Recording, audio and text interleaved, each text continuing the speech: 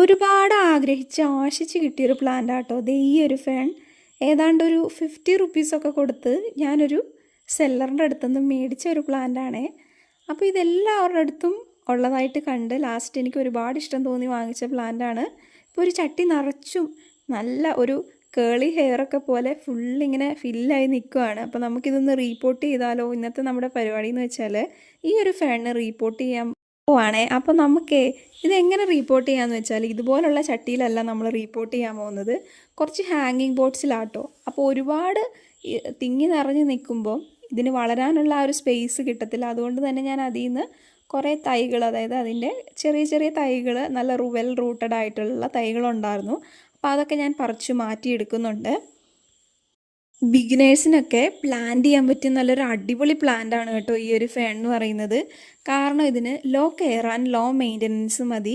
അതുപോലെ വാട്ടറിങ് ഒക്കെ ആണെങ്കിലും നമുക്ക് ഇഷ്ടമുള്ളപ്പോൾ ചെയ്ത് കൊടുത്താൽ മതി. ഒരുപാട് വാട്ടറിങ് ഒന്നും ആവശ്യമില്ലാത്ത ഒരു നല്ല പെട്ടെന്ന് ഗ്രോ ചെയ്യുന്ന റൂട്ടുകളാണ് ഇതിൻ്റെ. അപ്പോൾ നമ്മൾ മണ്ണിൽ വെച്ച് കൊടുത്താൽ തന്നെ ഇത് നല്ല രീതിയിൽ പിടിച്ച് കിട്ടും. നമുക്ക് യാതൊരു ടെൻഷനും കൂടാതെ നമുക്ക് വളർത്തിയെടുക്കാൻ പറ്റും കേട്ടോ.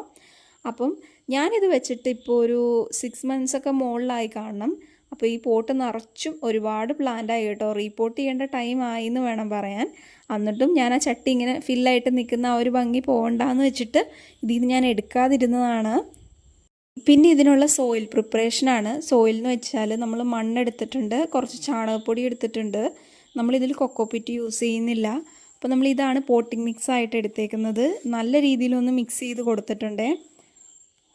ഇതൊരു പ്ലാസ്റ്റിക്കിൻ്റെ ഹാങ്ങിങ് ബോട്ടാണ് നമ്മുടേത്. ഇത് കുറച്ച് പഴയതാണെന്ന് പറയാം, അതിലെ പ്ലാന്റൊക്കെ പോയി. അപ്പോൾ ഞാൻ പുതിയതായിട്ട് ഇതിലോട്ട് റീപോർട്ട് ചെയ്ത് വെക്കാൻ പോവുകയാണ്. മണ്ണൊക്കെ ഇതിലേക്ക് നമ്മൾ അത്യാവശ്യം നന്നായിട്ട് ഫില്ല് ചെയ്ത് കൊടുക്കുന്നുണ്ട്.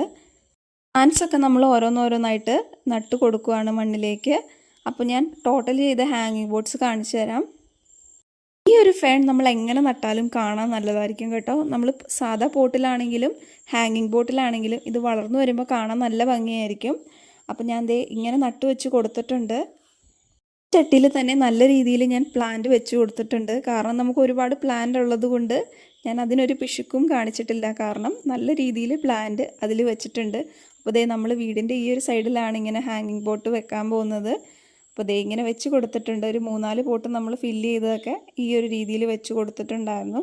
എൻ്റെ പോട്ട് കുറച്ച് പഴയതാണ്, അതുകൊണ്ടാണ് ഒരു ഭംഗി തോന്നാത്തത്. പോട്ട് ചെയ്തപ്പോൾ തന്നെ വാട്ടറിങ്ങും ഞാൻ ചെയ്ത് കൊടുത്തിട്ടുണ്ടായിരുന്നു. ഈ ഒരു പോട്ട് നിറച്ചും ഫേണായി കഴിയുമ്പോൾ ഇത് കാണാൻ നല്ല ഭംഗിയാവും. അപ്പോൾ ഞാൻ എന്തായാലും ഇതിൻ്റെ അപ്ഡേഷൻ ഇടുന്നതായിരിക്കും.